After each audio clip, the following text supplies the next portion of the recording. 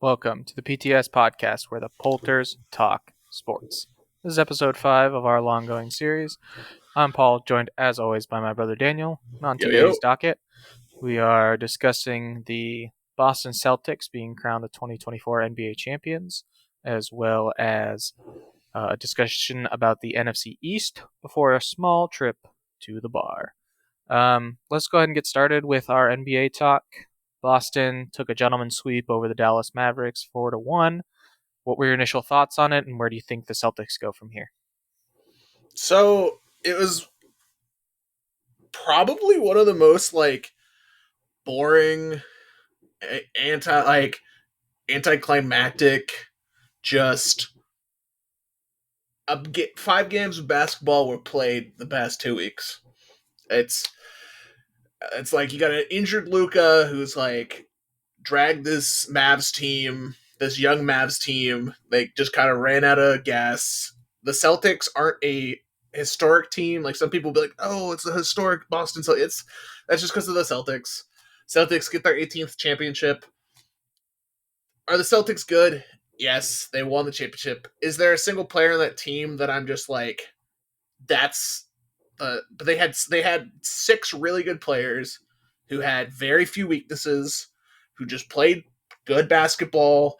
I like the way they play basketball. It's like they're smart. They pass the ball well.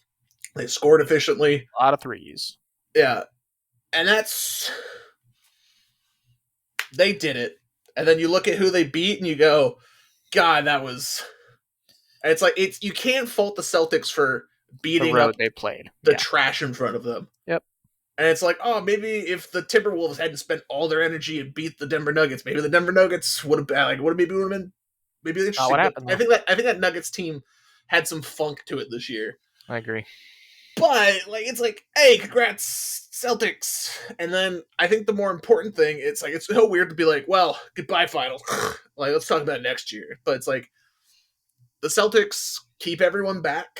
But they're not it's not like the Warriors dynasty or a team headed by LeBron in his prime where you're just like, I don't think other teams can beat this team. I think if enough teams are healthy, I could see the Celtics losing again. If the Knicks make a star trade, if the Sixers have a ton of cap space, I don't think they're...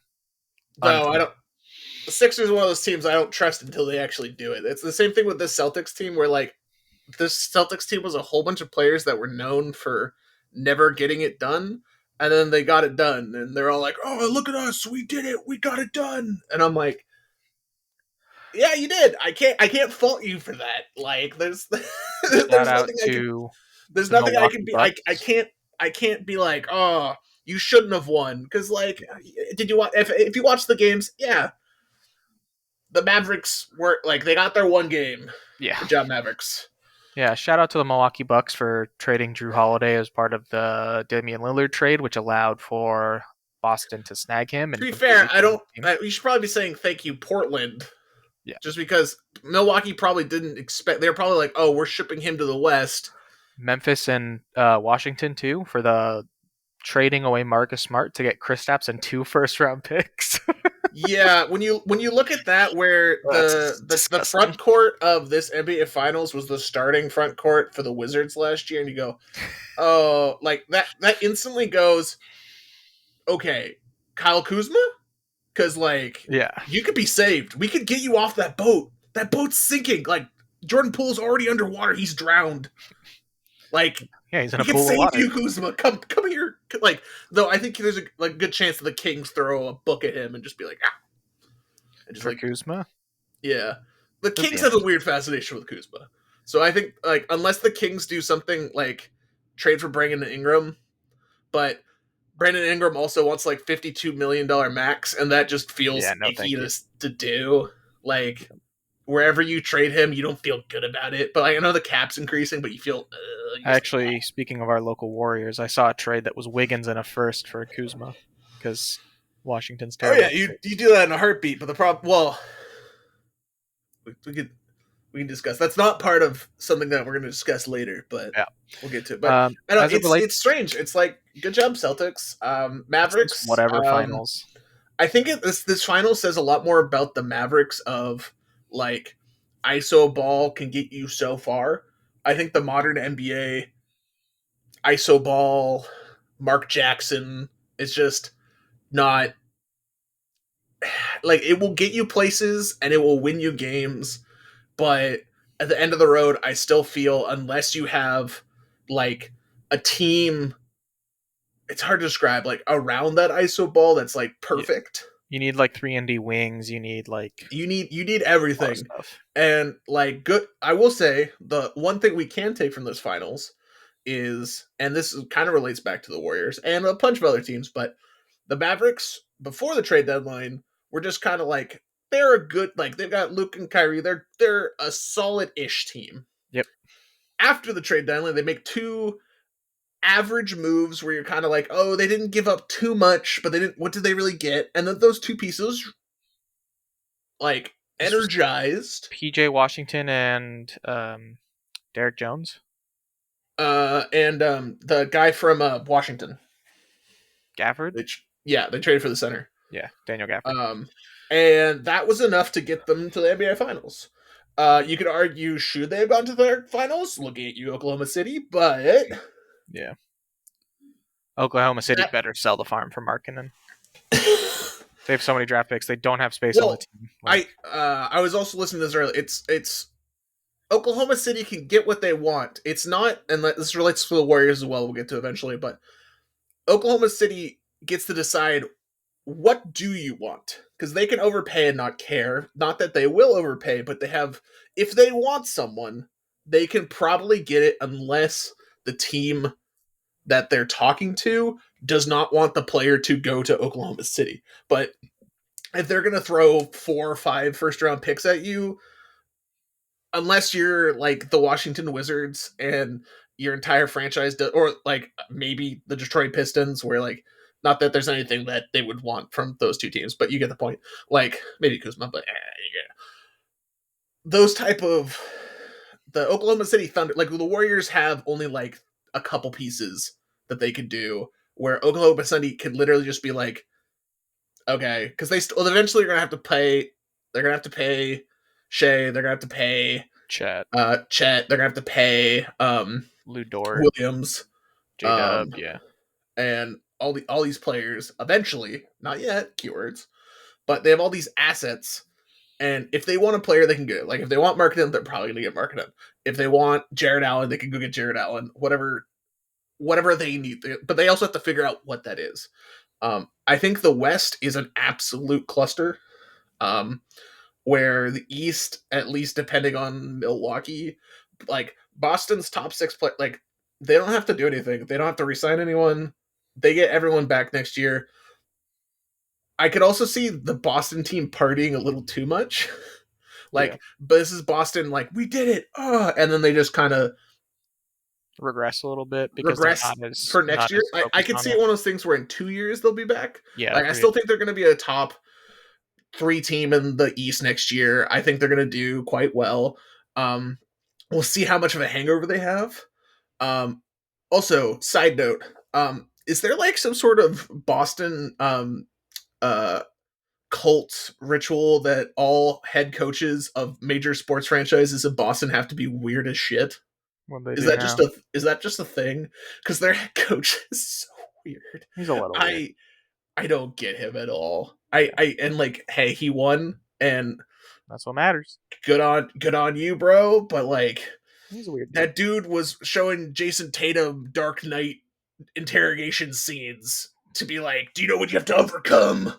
This is what you gotta do. And I'm like, oh, it's fucking weird, dude. Like, and I'm weird, and like that's a lot.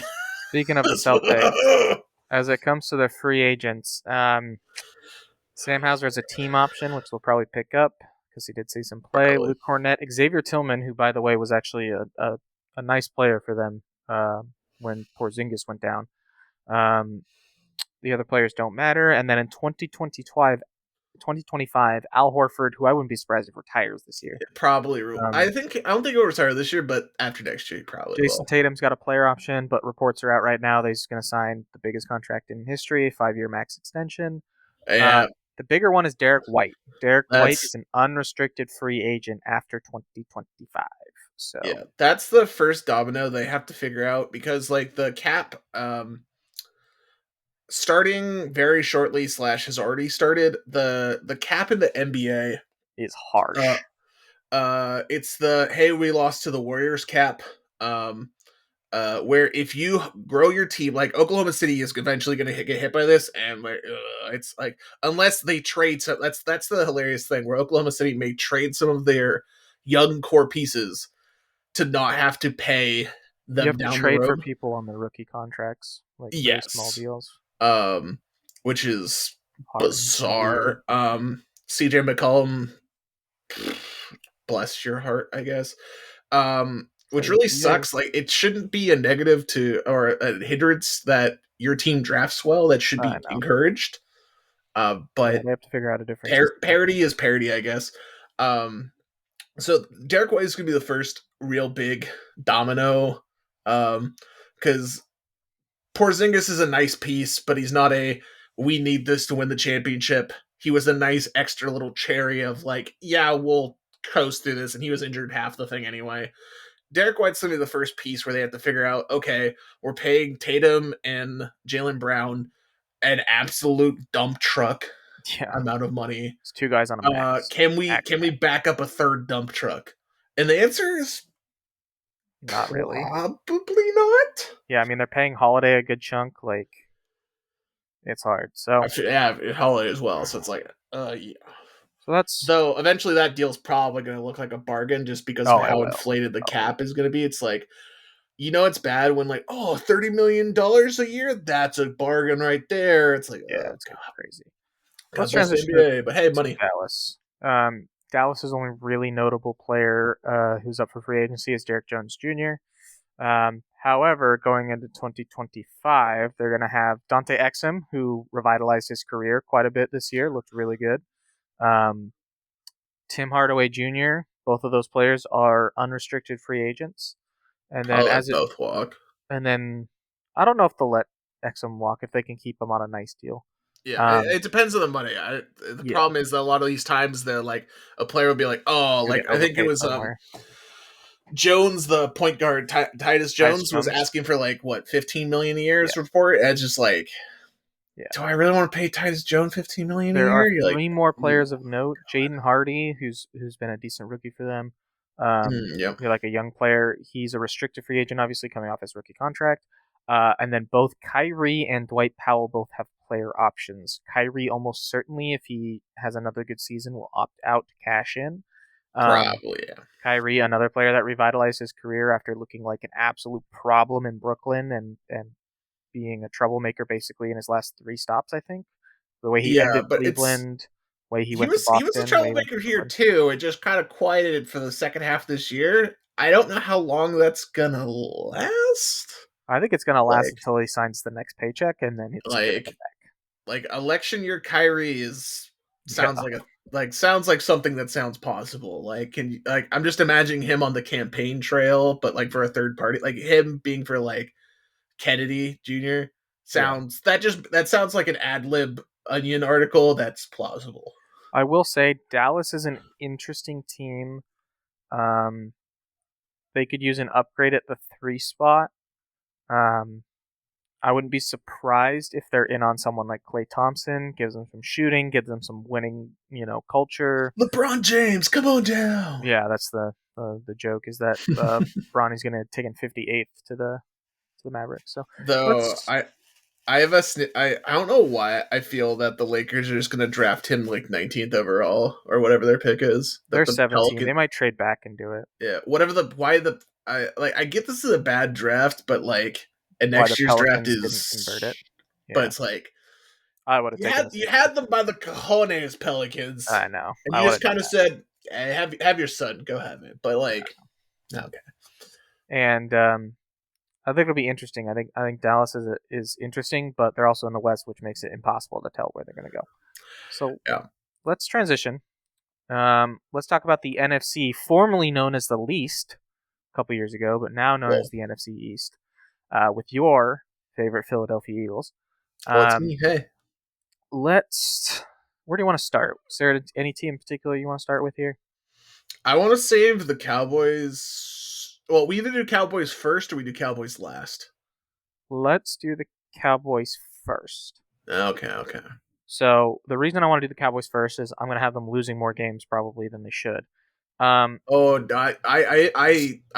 looked at this schedule when it came out like a month or two ago, and I am a notorious down player of the boys of blue, of down Texas, and their schedule is disgusting. So as a quick reminder for the Dallas Cowboys, they got Tyler Guyton in the draft after trading back a couple spots. They also did essentially nothing during free agency. They re-signed their center, aka Ezekiel Elliott. That's true. So he's back. Who maybe they're starting running back. Probably they're starting because it's him and Rico Dowdle. I fully expect the Cowboys to, once a second string running back is cut during training camp unexpectedly. I think they're a Miles Sanders team when he gets cut in Carolina. Probably. It's whoever's the top cut camp casualty. Dalvin even a third string on a good team, third Dalvin stringer. Cook free agent? Who? Dalvin Cook? Because he got cut, right? And then signed a 1-year deal with the Jets? I think so. Interesting. But 100% the Cowboys are going to do... Oh, they'll sign the biggest name that gets cut. Exactly. And then he'll be like the starter week 1 for some reason. But it's very, very strange that Jerry Jones was like, this is the year, we're going all in. We're going to do things, and then absolutely does nothing. Which... and the biggest thing right now is Micah Parsons, CeeDee Lamb, and Dak Prescott have not gotten extended, and Dak Prescott is on the final year of his deal, and he is not allowed to be franchise tagged per his contract. So... Dallas is in an interesting spot. Go ahead and give me the schedule, and I will try and make some predictions on where I think they're going to end up. All right, let me pull up a notepad real quick. We doing the big notes up in this club. Yep. All right. Week 1, Sunday afternoon football. They go to Cleveland.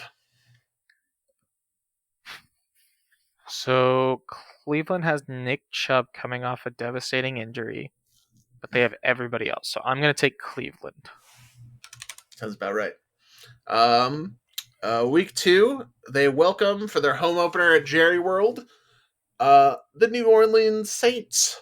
I'll take the Cowboys.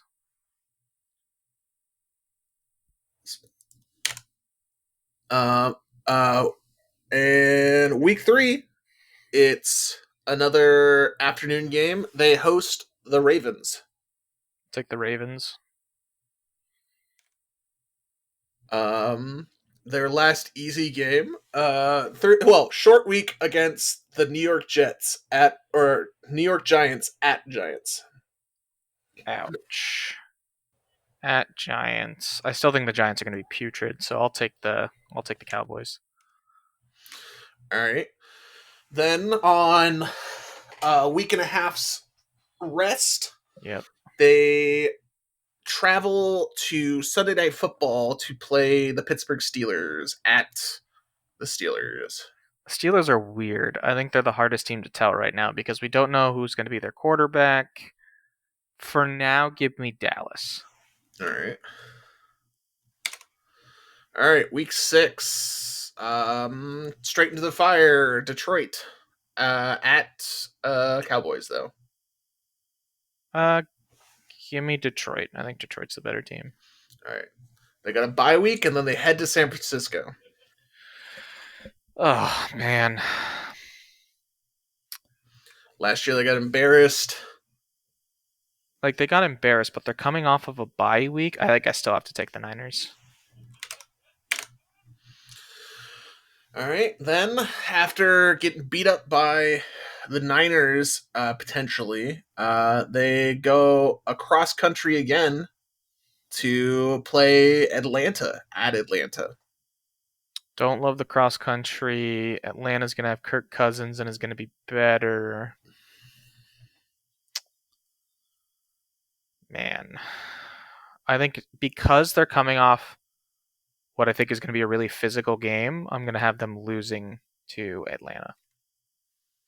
All right. After Atlanta, they get no time off and play the Eagles for the first time this season in Dallas. Okay, I'll take Dallas at home.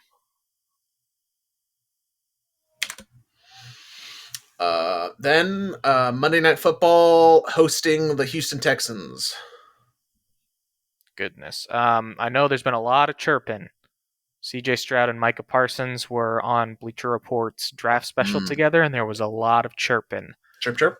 I do like Cowboys being at home. But after playing the 49ers, Falcons, and Eagles, yeah, I would take the Texans, I think. Next up, they head to Washington on an early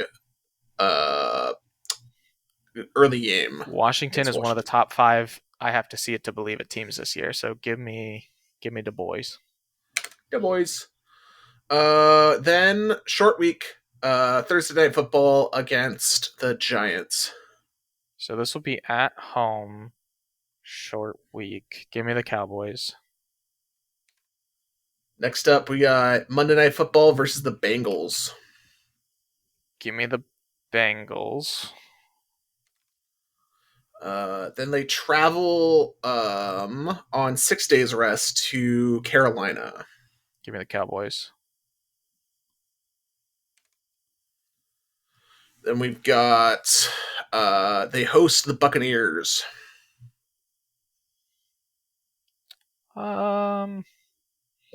At home, I'll take the Cowboys. I think I'd take the Bucs if it was in Tampa. And then at Philly. Yeah, give me Philly. And then last game against Washington at home. Can you tell me what the record is before they play Washington? 8-8. Potential fighting for a wild card spot. Give me Washington.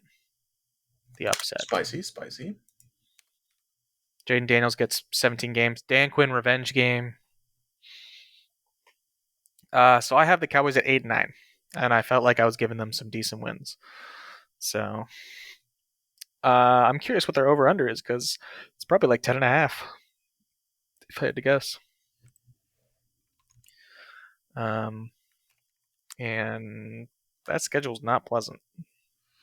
It looks like 10.5. Yeah, that's what I thought. So I would take the under. Okay, let's transition to one of your teams. Now you get to talk about the Birds. The Birds. The Philadelphia Eagles, coming off a disappointing end of the season, started off hot, cooled down real fast. Got eliminated by Baker Mayfield and company in the opening round of the playoffs. I believe new offensive coordinator Kellen Moore coming in. Yes. Jalen Hurts, hopefully healthy. I know a lot of people thought also he was Vic Fangio on the defense. That's a nice get. Both coordinators gone. Though it usually, I will say, takes Vic Fangio defense-led teams like half the season to figure that shit out, which is concerning. Now, they once again killed the draft because they killed the draft. Oh, yeah, we did. Quinion Mitchell, Cooper DeJean, to name a few. Jeremiah Trotter Jr. Yeah, I don't know about that one, but I don't think they had any major additions outside of that I can think of. They lost Jason Kelce to retirement.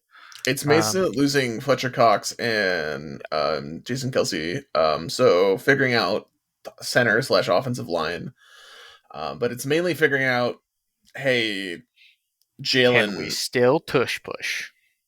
probably, Probably. but it's more, hey, Jalen, did you just get money drunk, or are you actually good, or are you bad? Let's take a look at how you rank their season. So, Okay. first game, Friday night football in Brazil against the Green Bay Packers.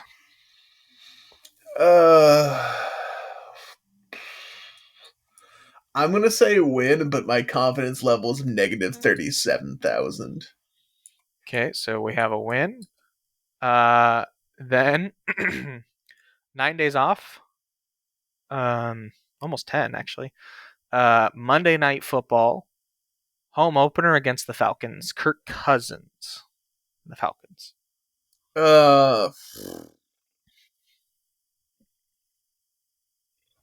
Falcons to me is prove it. So I'm gonna say win. But if the Eagles start the season 0-2, I will not be shocked. They then travel to New Orleans. Win. Do not trust Derek Carr there. No. They then travel to Tampa Bay. A win. Then they have a real early bye week. Yeah, not a fan of that. Coming off the bye, home against the Cleveland Browns. I'll say the Browns win, even with the bye. I just feel like the Eagles are due for a stinker in there somewhere, and the Browns are the best team they've played. So They then got a instead of maybe couple Packers. games on the road, starting at MetLife Stadium, ACL tearing and all, at the New York Giants. That'll be a win. Then they travel to Cincinnati to take on the Bengals. I'll give Cincinnati this one. Okay, back home to take on Trevor Lawrence and the Jacksonville Jaguars. Revenge game. Doug Peterson. Yeah, I'll have the Fighting Petersons taking it. Okay. Week 10 at Dallas. I'll take that as a win. Week 11, Thursday night football, hosting the Commanders. Emotional letdown loss.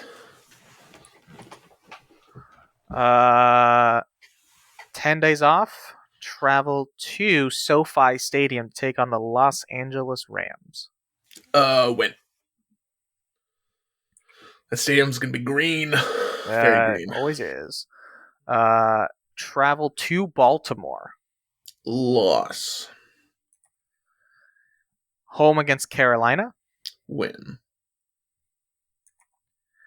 Home against Pittsburgh. Battle of Pennsylvania.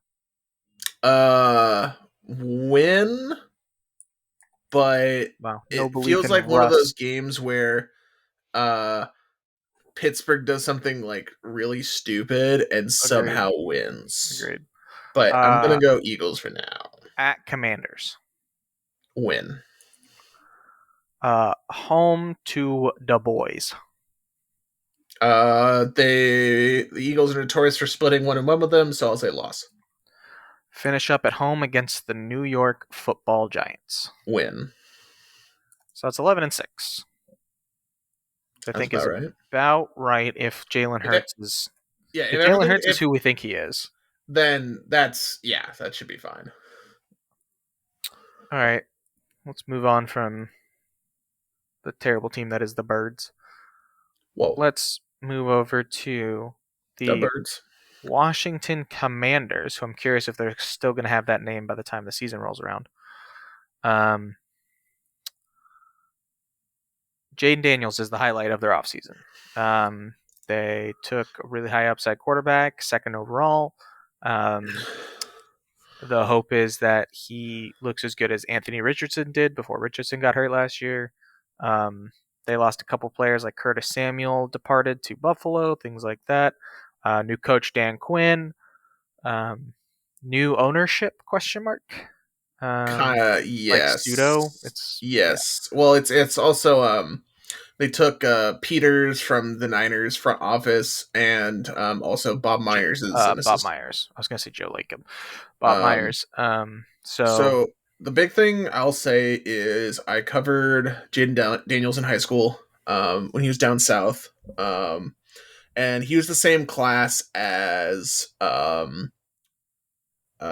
it was three big quarterbacks down south. There was Bryce Young at Mater Dei, DJ Ugalele at St. John Bosco, and then he was out at a half school in San Bernardino, the Inland Empire, and he put up some historic dual threat numbers. It was insane. So especially him going to, I was a little surprised he went to Arizona State, but Arizona State was doing some weird, sketchy stuff. weird shenanigans at that time. Yeah, So you that was give with it a Herm pass. Edwards, right? Or was Yeah.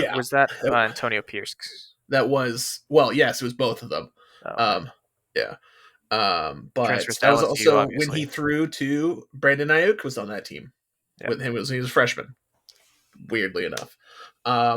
But he was definitely has always been a highly recruited. I always thought that he had potential to be a high enough. I had one of these picks when he had his first year after transferring to LSU. It was kind of like, oh god.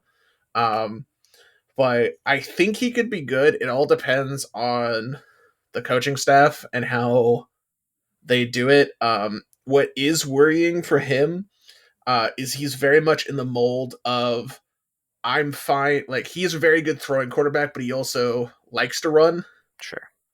Where in the NFL, Washington has had a history of running quarterbacks. Where he's like he kind of wants to prove that Nomer wrong, which does give me the worry of, oh, you're gonna have a Jason Richardson. I think that's the name. It's the quarterback for Colts, right? Anthony Richardson. I'm bad. Jason Richardson was the basketball player. That's true.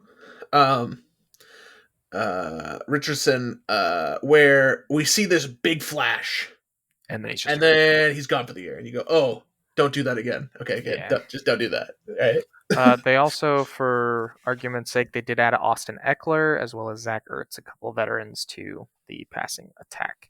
Did you hear those Eckler quotes? No. He was basically like, yeah, the Chargers wanted me to run too much. And he was like, a running back who doesn't want carries? He's like, yeah, I had too many carries. A little too much. We're like, I get he's a pass catcher, but... All right. Yeah, but it was like, okay. All right, hit me with the schedule. All right. The Washington Wonder Commanders open the season against the Tampa Bay Schmuccaneers at Tampa Bay. Loss. And then we have one of the worst games of the year. New York Giants at home. Win? Home opener? At the Bengals on Monday Night Football. Loss. Why are we putting them on Monday Night Football? Why would we do that? Well, it's to watch Joe Burrow beat the crap out of the Washington. Yes. Yeah. And then Sunday at the Cardinals. Loss. Cross country. Kyler and Harrison. Then they host the Browns. Loss. I don't think I'm going to like how this ends up. Yeah, this is not going well. At Baltimore. Loss. They host the Carolina Panthers. Win. Oh, no. After those two games, you may... I'm sure they're going to get through it. Then they host the Bears. So, battle of the top two picks, hosting it. Caleb's traveling. Give me a Washington win. Whoa. Then you go at the Giants. God, I think the Giants are going to be so bad. Loss. I'll let them split. All right. Host the Steelers. Loss. Then at the Eagles. Loss. Hosting the Cowboys.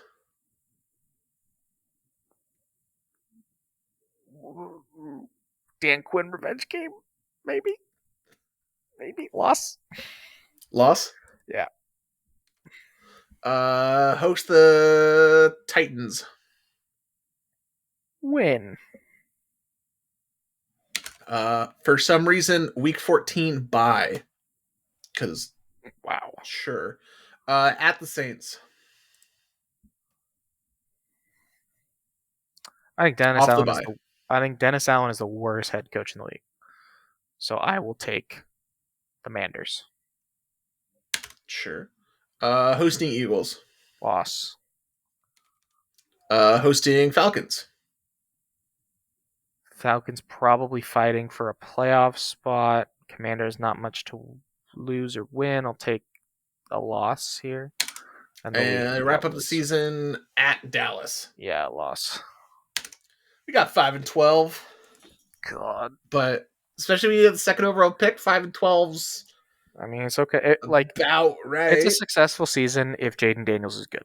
Yeah, it's basically like, hey, are we figuring out, did we make a complete mistake? Or not? Which I think Scary Terry could be interesting. But let's hope they fix the stadium so they stop having toilet water get put on to their fans. So they're just the Oakland. Well, they used to be the Oakland A's. Yeah, it's just who they are. Another team I think is going to be putrid. The New York Football Giants. The G-Men. Bit of an interesting offseason. Selected Malik Neighbors 6th overall. Kept their head coach. Who very much through every single bit of promotion. Once his contract is done, I think he will be leaving. But that may be me looking too much into that. Daniel Jones, I believe, is in the final year of his contract, I think. Didn't they re-sign him? Yeah, but I thought this was the last year. I thought he signed a 2-year deal. Let's see here. God, I hope it's maybe it was last year before there's no dead cap. Cap hit $41 million. They pay him for 25 and 26. Okay, so they pay him. Dead cap is $22 million next year. So this year it's 69. Yeah, so they can't cut him this year, but they can cut him next year if they need to. That's a $22 million dead cap is still. But what happens is if they don't do good this year, there's a whole new regime. There's a coaching change, and he's going to get cut. It's just how it's going to go. Fair. So this is the last real year for Joe Shane and Brian Dable. They lost Saquon Barkley to the Eagles in the first 3 seconds of free agency. Yeah, it was great. There was I love how much. I don't know how. Yeah, they were just a shithole. I'm like, God bless your heart. And they didn't get tampering. Oh, we didn't even talk about that, did we? We were like, oh, what key ads did the Eagles do? We're just like, it's a running back, whatever. Yeah, I know. So I do think he'll be good at the Eagles, but yeah, Saquon will be good. But the Giants also brought in Drew Lock, which is interesting because I wouldn't be surprised if they see what they've got a couple of weeks in if things don't go well. So let's get if Drew Lock is doing rap lyrics in week 12, they're in trouble. He's gonna be. Let's take a look. Down. Week 1 at home against Sam Darnold ? And the Minnesota. Yeah, it will be Sam Darnold.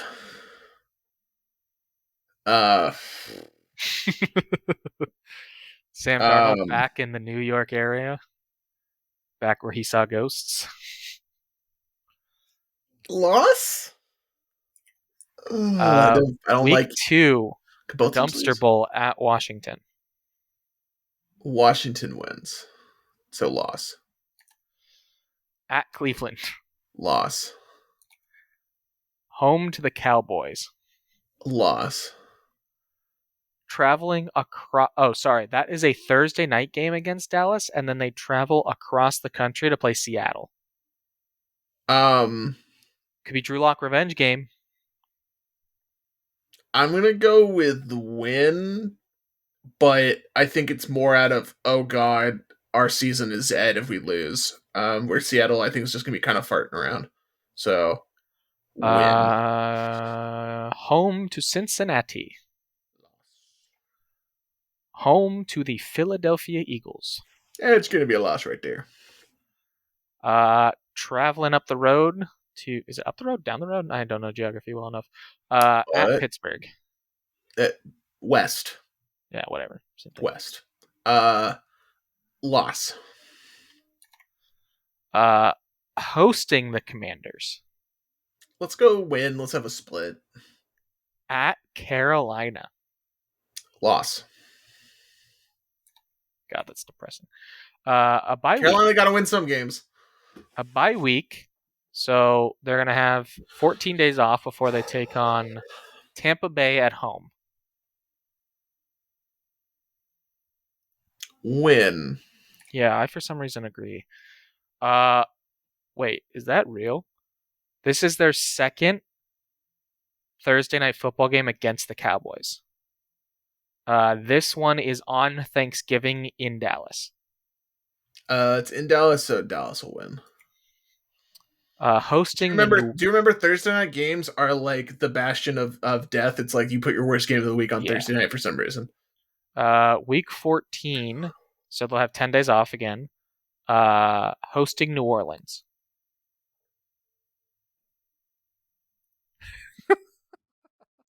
Loss. I'm really intrigued to see what my Saints one is giving, because I'm just like, damn, Saints going 3-27, but they're probably better than that by a lot. What's up next? Home to Baltimore. I'm gonna go and put that as a loss. It's a loss. Travel to the Fighting Kirk Cousins and Atlanta Falcons. Loss. Home to the Colts.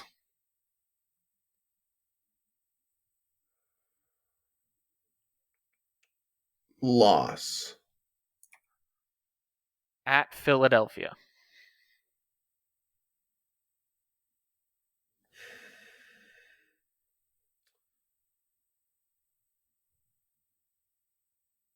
Win. The Eagles like splitting with divisional people a lot, even if they're way better than the team. Guess what their win-loss is? 4-13. That is correct. Number one pick coming in.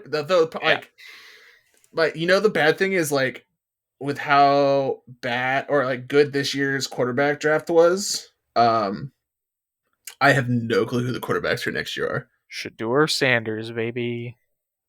God, run. No. You couldn't pay me. All right, I'm going to put you on the spot right now. Does Travis Hunter play corner or wide receiver in the NFL? Corner. I think he does too. Okay. Though, to be fair, I think he'll try and do both.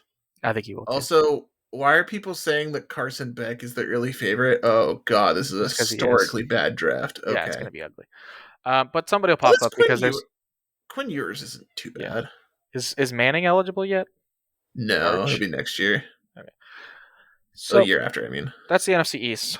So God, this is a trash. Oh my God. Let's move on from the trash and take a little quick tour of the bar, also known as the Bay Area Recap, since we are in the Bay Area. Quick note on some Warrior news. Gary Payton II has accepted his player option, so he will be making $9 million and will be either a part of the team or a part of a trade. A very convenient tradable number. It's perfect tradable number. I also really like GP2 for what it's worth. I do too, but you have to, like, it's one of those cases where if I could guarantee his health, like, slam down the roster, cool. Like, he's a poor man's Caruso, doing great. I really hope the Warriors he's on the bench for 50 games. Yeah. Plus, Bajemski plays the same position-ish. You had a couple of things shoot at me, so let's do that. Shout out to the Light Years podcast. They've been going deep on their offseason, and they finally have put out the players they think that the Warriors should go get. Okay. And which of these two things... Is this free agency, trades, or both? This is free... this is trades. Okay. Ish. Okay. And these aren't like exact, like these have been through trade machines, but I don't have like the exact things going in and out. A lot of things is like Some of it could be like slightly different for money purposes. It's more hypothetical. Sure. But they did do trade machine stuff to like make it work. So okay, hit me with the first one. All right. So the first one is, and both of these revolve around trading off Kuminga. Ugh, First thing. Okay. For both send out Kuminga. I hate that. So, because the thing is though, with the Warriors, they've been very, very conservative with their team, and a lot of the things coming out from like Bob Fitzgerald, the play-by-play guy, has been like, well, if Draymond played 4 more games, we're talking about the 5 seed, and you're like, I think they have more issues than one. Draymond needs to be on the court, but they've got too many things, and they are not developing enough young guys. Yep. I really like Kuminga, but I also one of those things where, do I think? I'm just scared because he's the only athletic person they have on the whole. It's true. Like it's. But I'm hoping one of these deals is to a particular team in the Midwest, but we'll see. All right. So the first one is packaging Chris Paul, Kuminga, whatever parts of GP3, GP2, Looney, to get and this is like draft picks or basically whatever makes it work. To their offseason would be adding Jared Allen, Caruso, and Zach LaVine. So I am really low on Zach LaVine.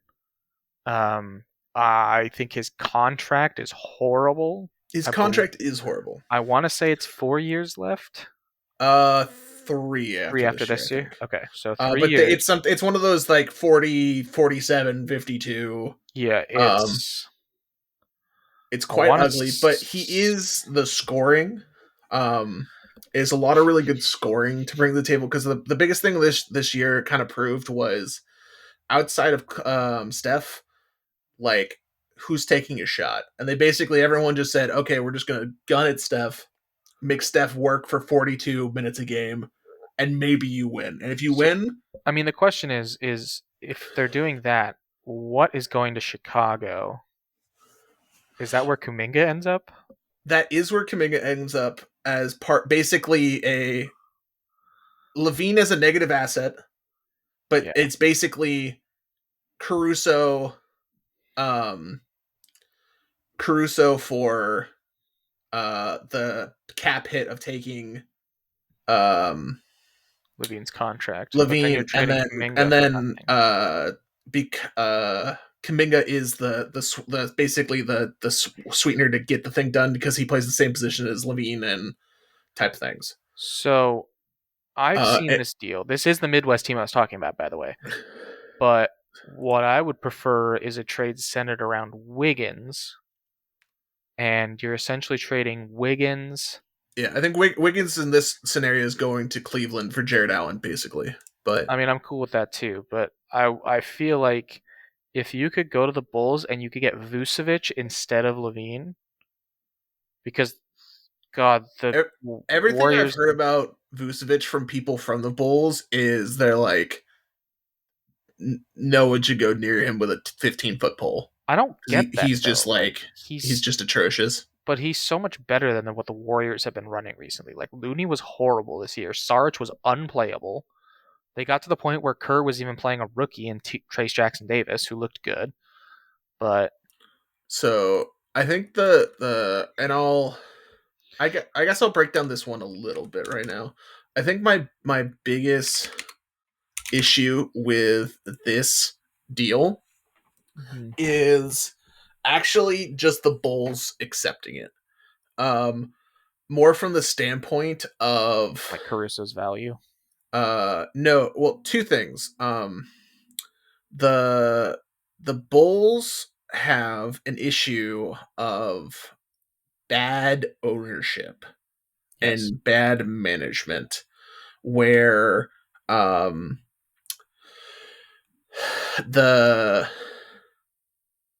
me see if I can pull it up real quick. But they have been given, reportedly, this is not like, this is sources, this isn't like fully confirmed, but it's people I trust in the industry, of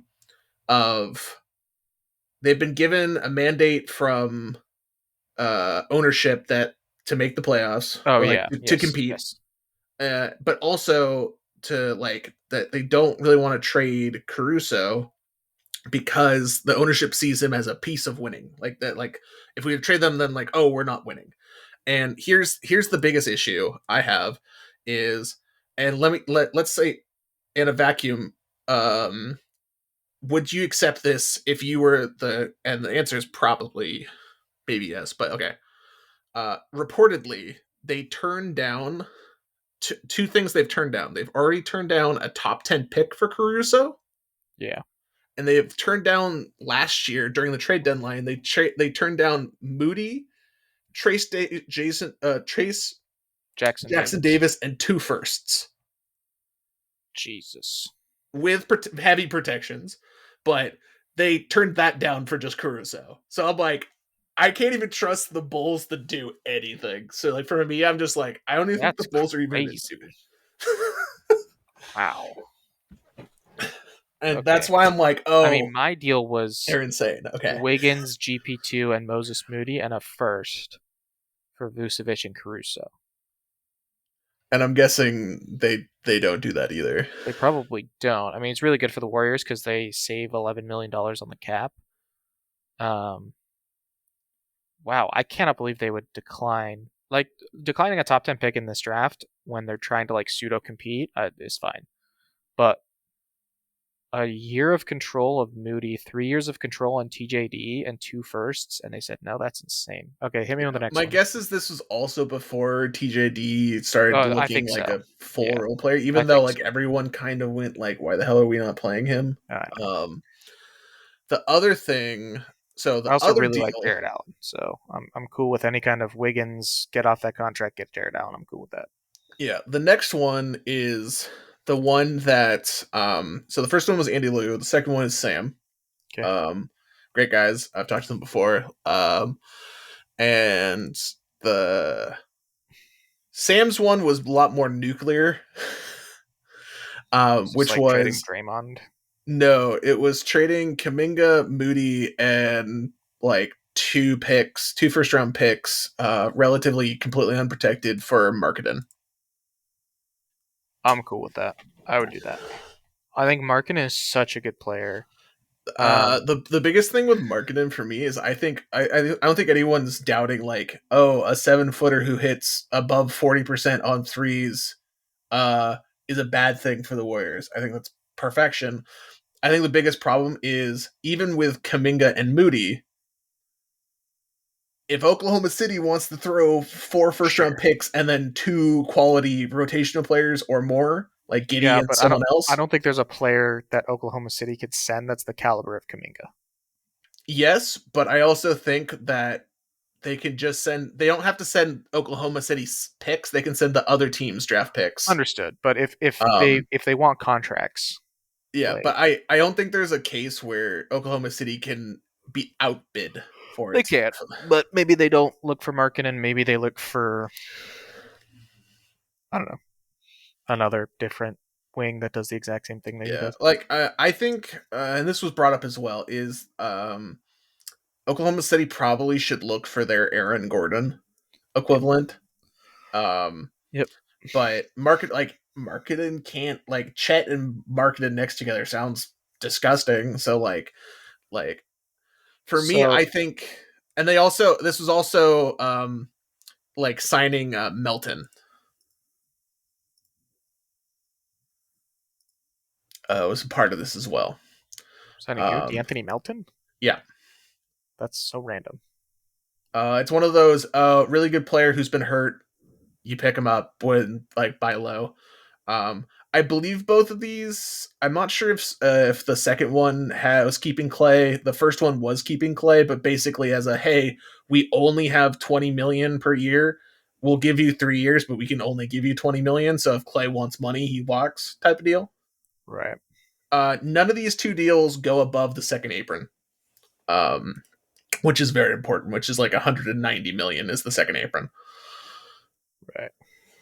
This would also be them releasing, not trading the Chris Paul contract, because if you use that in a contract and then you go over, it counts as going over. So you have to be really technical with a Chris Paul opting in and trade. Where if you just release them, you just have the money to use. So But now you lose the asset of I'm trading going to him, bounce if one there is off of any. you. Yeah. Okay. One of the players that is potential to move this year, Throwing it down. Timothy Butler. Okay. It would be Wiggins, GP2, Moody, and Looney, and one or two firsts. I think the biggest problem with it is I can't wrap my head around paying Jimmy Butler $54 million a year. Well, he's got 2 years left on his deal. So Yes, you would but just write it out with Steph, and then you're done in 2 years.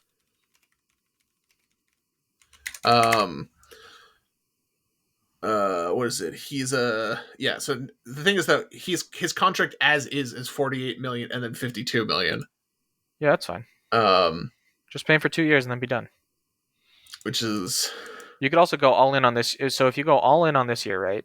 mm-hmm. If you have CP3, Steph, Jimmy Butler, Kuminga, insert big man. I mean, at that point, the problem is I like Jimmy Butler as like, I like the idea of Jimmy Butler. I'm not sure if I like the idea of playoff Jimmy Butler. I'm not sure if I like the idea of game 56 and playing against Charlotte on a back-to-back Jimmy Butler. Sounds... Man, you're not wrong. Him and Draymond in a locker room is also dangerous. Yeah, it's like, okay, we're going to have a bare-knuckle boxing fight between Jimmy Butler's coffee brand and Draymond's podcast. They're just going to throw it down. I'm in. Like, it'd be entertaining, like, the season, but... I'm curious where the Warriors go. I think... So this is the second year now that we're going to have Mike Dunleavy in charge. Yeah, he did really well in the draft. Nice draft last year. TJD, Podziemski look like real players. I don't think Podziemski I'm not sure if they're starters, but they're at I least don't think so something. Either. Maybe Pods is, but... Pods averaged the second most rebounds among point guards this year. Well, yeah, that's your stick. Yeah. he is the hard-nosed dude. He's going to be a great player off the bench. I don't think he's going to be good enough to start. I'm curious where Clay goes. I'm curious where things go. Right. But Warrior fans have been like, are deep in the trade sauce when they're just like, okay, what about Ben Simmons? Like, I've seen that thrown around, and I'm like, okay, people are going down to the tenderloin. And how much longer is he on his contract? Let's find out. It's an expiring contract. Yes. I mean, a player similar. Can you guess who I was thinking of that I wanted them to potentially take a flyer on?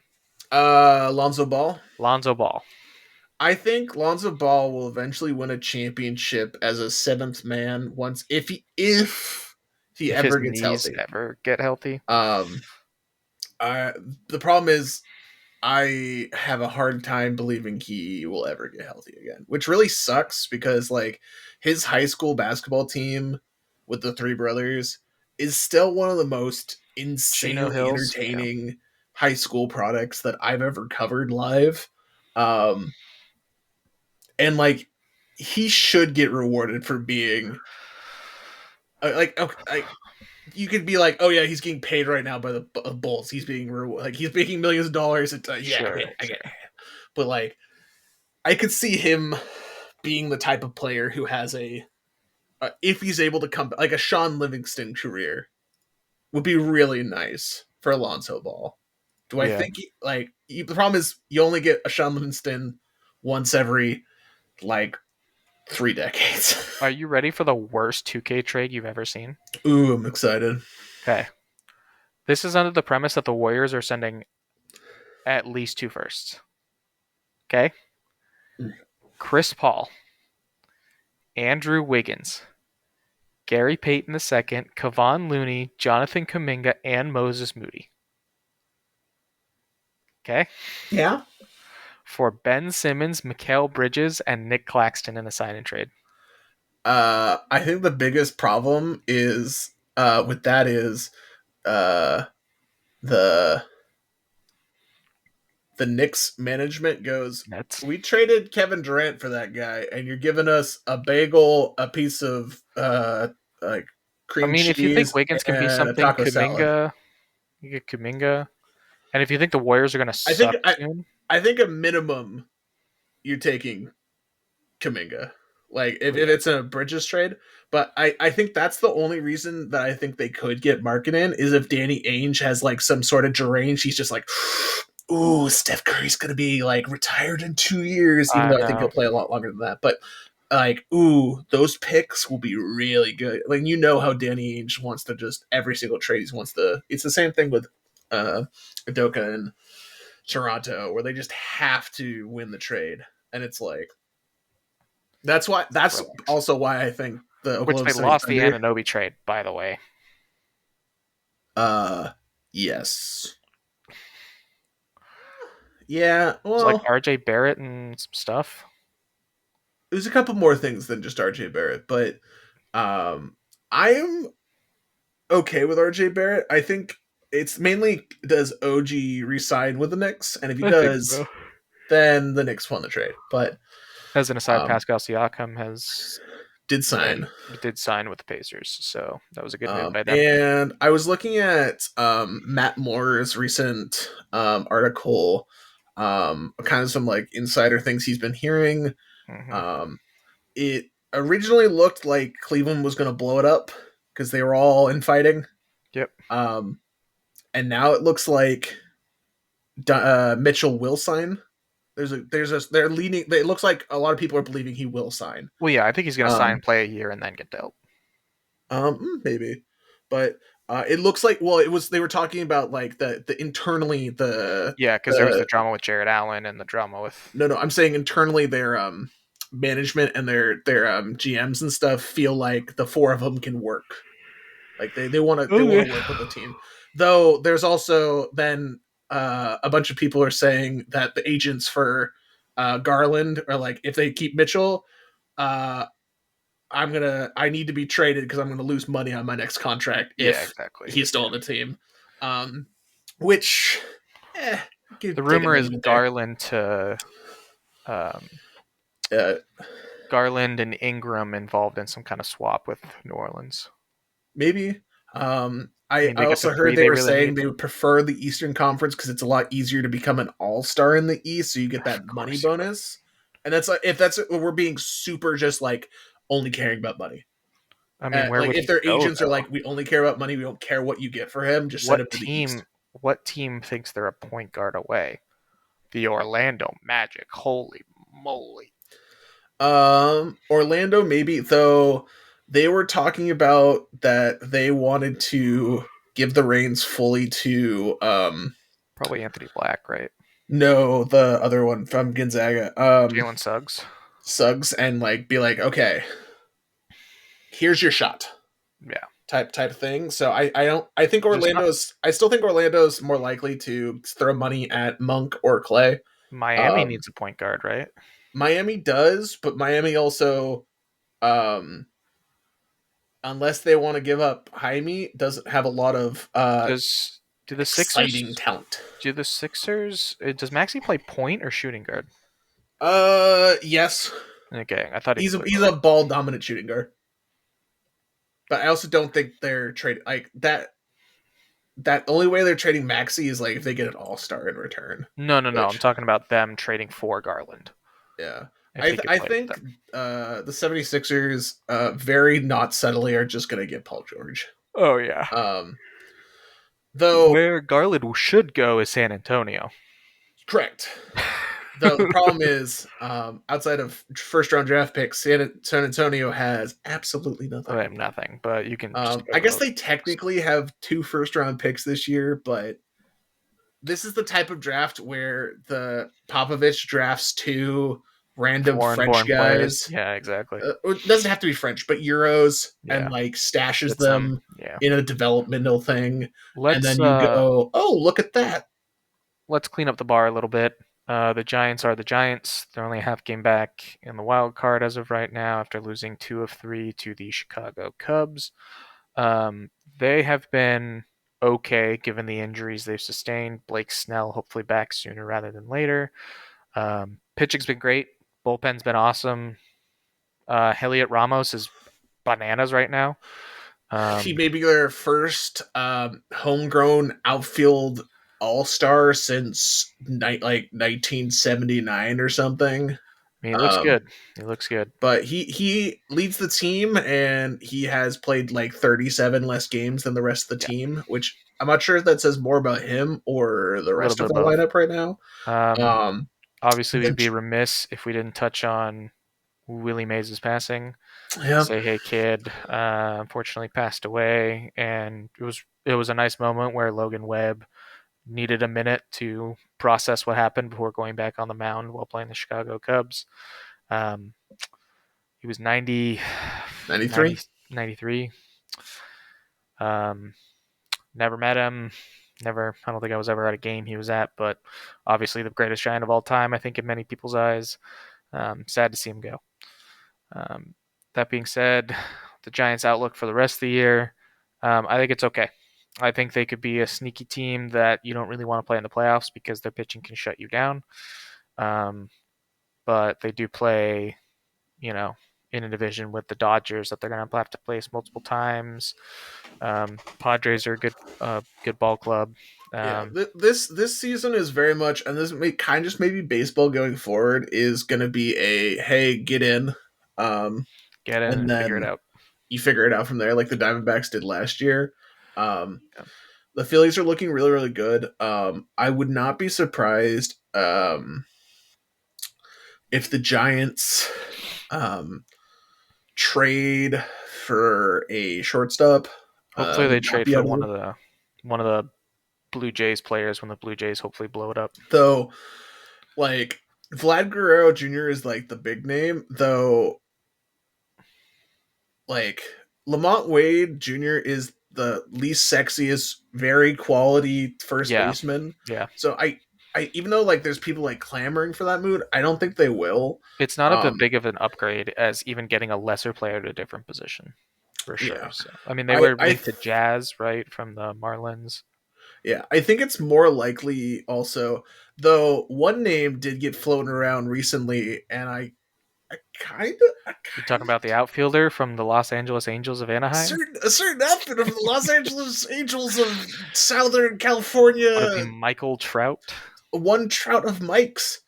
I kind of like that. Like, especially next season, you get Jung-Hoo Lee back. You have Mike Trout. And I forgot about Jung-Hoo Lee. Wow. Yeah, because he's out for the year. But, like, you get Mike Trout, who's going to come back later in the season, maybe for the playoff push. I'm in. I'm so in. I don't care. And the thing is, though, this is the lowest his... Like, it's crazy that, like, this was, like, the worst he's ever been. And everyone's still like, yeah, he's still probably, like, a top 10 outfielder in general if he wasn't hurt. So it's like... Yeah, go take the Angels lunch money, and like this is the time where the Giants have pitching a bunch of starting pitching prospects. They also have depending on how you feel about Luciano, a lot of people do not see him as a shortstop. So if you're not gonna have a shortstop and you're already gonna have an outfield that's busy, chuck him in a trade. There's a couple they have a lot of really good pitching prospects like Wisenhunt. This is how it always is with prospects. They have a guy called Eldridge, who they drafted last year, I believe, in the first round, who already just looks like a tank. He hits home runs, and you're like, oh, okay, I get it. And what's he play? I think it's either first or third. So third, we have Chapman signed for like a year. He is well. The thing is, though, he wasn't a Shohei Ohtani. He's an outfielder, actually. Oh God, we have so many of those. Please. But he just hits the crap out of the ball. Yeah, let him learn under Michael Trout. Um, where he's been already skyrocketing through the system a little bit, not as much as there. Oh no! What? I just looked up something so incredibly cursed. That's worrying. The Los Angeles Angels of Anaheim are 2 games better than the Oakland Athletics. I No. can't tell if that's impressive for the A's or the Depressing for the Angel. Angels. Yeah, or worse for the Angels.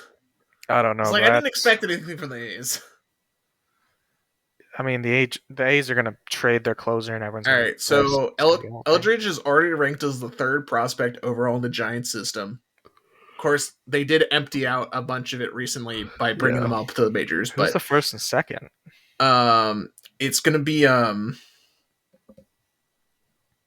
that's a good question.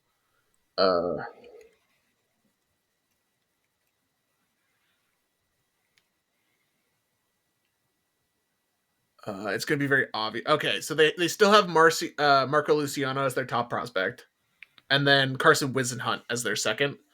Whisenhunt is a 23-year-old left-handed pitcher who has some like just disgusting movement on his pitches. So call him up, trade like 2 starting pitchers, trade Luciano, get like Whisenhunt's been struggling in AAA. They basically brought him up to AAA and we're like, okay, let's see if sink or swim, and he's been struggling a little bit, so he's trying to figure it out.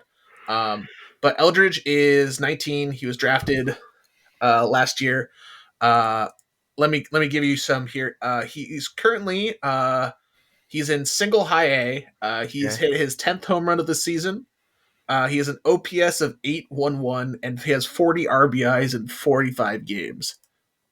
Dude is raking, and he's also like 6'7". Dude rakes. We're gonna clean up the bar. The A's stink. Big shocker. Whoa, okay. Sharks still in major offseason, no real moves yet. The Stanley Cup is still going. Well, now hold up there. What? There actually was their head coach that they signed or whatever? They did the head coach, but they also made a questionable move. They picked up a guy off waivers, and when I mean a guy, I mean an old favorite. They signed they picked up Goodrow. Barclay Goodrow? Yeah. From the Rangers. The Rangers had waived him. Okay. And he is a fan favorite. He used to play for the Sharks. Playoff hero.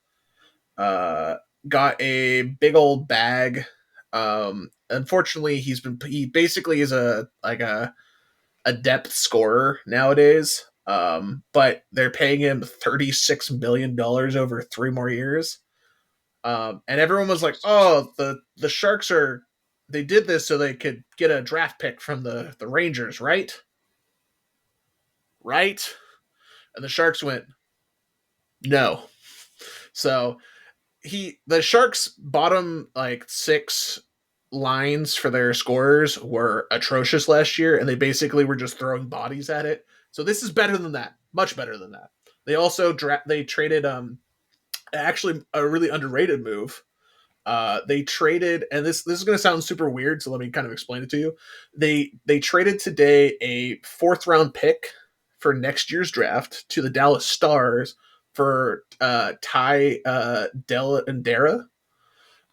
who's another scorer up front who basically did nothing this season for Dallas because he was just buried on a really, really, really good Dallas team where everyone kind of sees, and he's like a young kid. I think he's like 24. So super young kid who has a lot of potential, but he had no playing time. So this is basically like, hey, go to the Sharks. You're going to have playing time. Have fun, kid. Like, or equivalent. So a very sneaky, potentially good move. Also, there's been rumblings that Macklin Celebrini may skip going back to college and just go to the Sharks. So you may have Will Smith and Celebrini. So like the Sharks may be incredibly watchable next year. Fun fact: Ty Dellandrea was born on my 6th birthday. Well, look at that. Fancy facts. So, and he is 23 years of age. He was a 13th overall pick in 2000. Yeah, he'll be 24 next month. That makes sense. Yep. Yeah. So that's going to do it for this episode of the PTS podcast where the Poulters talk sports. We will hopefully have an episode fairly soon instead of another 3-week break. We had some hopefully be Sunday. conflicts and things like that. And I would imagine we're going to do another NFC team. We just got to figure out if it's our own Bay Area NFC West or if we're going to travel down south. Thank you guys for joining us. We'll catch you guys on the next one. Thanks for joining us. Like, comment, and subscribe. Goodbye.